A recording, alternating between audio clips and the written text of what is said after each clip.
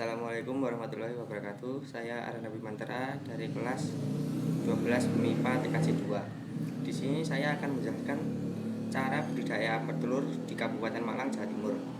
Yang pertama, pembuatan kandang. Langkah-langkah pembuatan kandang pertama yaitu alat dan bahan yang dibutuhkan untuk mempraktikkan cara membuat kandang dan perhatikan ukuran, posisi, material sebelum membuat kandang. Yang kedua, buat kerangka. Umumnya tinggi kaki kandang ayam sekitar 10 cm. Jumlah dari kaki kandang baiknya disesuaikan dengan panjang kandang itu sendiri. Yang ketiga, membuat lantai kandang. Jika bagian kerangka sudah dibuat sedemikian rupa, maka selanjutnya perlu mengukur bagian dari lantai dinding. Yang keempat, membuat dinding kandang. Dinding kandang ayam dibuat dari bambu yang berukuran sekitar 2-3 cm, lalu panjangnya menyesuaikan dengan desain yang dibuat sebelumnya. Yang kelima, membuat atap kandang. Material yang digunakan untuk membuat atap kandang menggunakan atap triplek. Dan yang keenam, membuat tempat makan dan minum. Tempat makan dan minum dibuat model bertingkat. Tempat makan bagian bawah dan tempat minum bagian atas. Pembuatannya menggunakan pipa atau peralatan untuk tempat minum dan tempat pakannya menggunakan bambu. Pengadaan bibit. Yang pertama yaitu tubuh sehat dan tidak cacat. Yang kedua, membeli DOC atau day old chicks. Yang ketiga, bulu-bulu halus dan lebat. Yang keempat, anak ayam memiliki nafsu makan yang baik. Yang kelima, ukuran badan normal. Dan yang keenam, tidak ada lekatan tinja pada duburnya.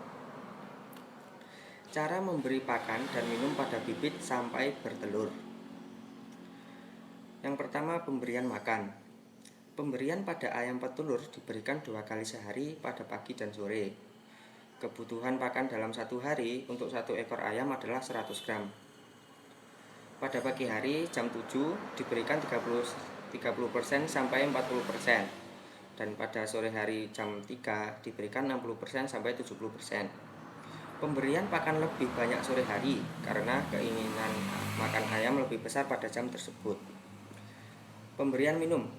Kebutuhan air minum bergantung pada umur ayam serta lingkungan kandang ayam yang sudah memasuki masa grower akan membutuhkan air 1,7 sampai 1,9 kali dari jumlah pakannya. Ayam yang memasuki masa logger membutuhkan air yang lebih banyak, sekitar 2 sampai 2,5 kali dari jumlah pakan. Cara memberi vaksin pada ayam. Pemberian vaksin aktif dapat dilakukan melalui tetes mulut, tetes hidung, tetes mata, serta suntikan. Sedangkan vaksin inaktif yaitu suntikan dada, paha atau sayap. Dalam aplikasi vaksinasi melalui air minum, perlu memperhatikan kualitas air yang digunakan untuk melarutkan vaksin.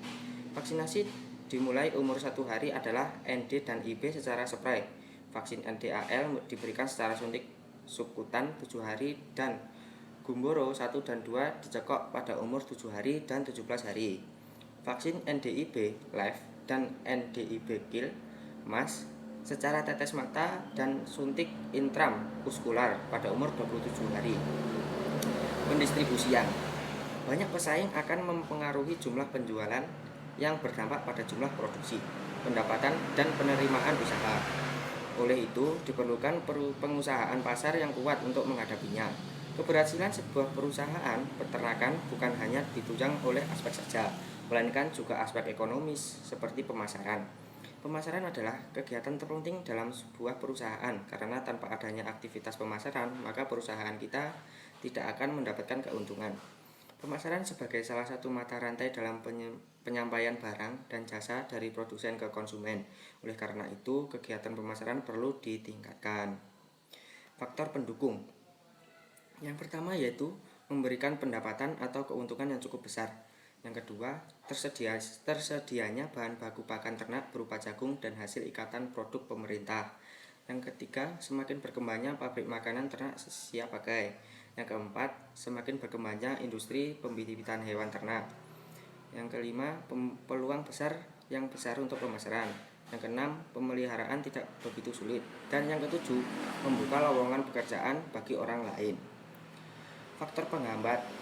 Yang pertama yaitu banyak jenis usaha yang sama sebagai pesaing. Yang kedua, memerlukan keahlian dan keuletan yang lebih dalam mengenai beternak ayam petelur. Yang keempat, cukup sulit mendapatkan ayam petelur yang bagus. Yang kelima, bila ayam terserang penyakit atau stres sulit untuk dipulihkan. Yang ketujuh, kurangnya sumber daya manusia yang kompeten di bidang pertanian. Dan yang kedelapan, berkurangnya lahan pertanian. Sekian penjelasan dari saya. Kurang lebihnya saya mohon maaf. Wassalamualaikum warahmatullahi wabarakatuh.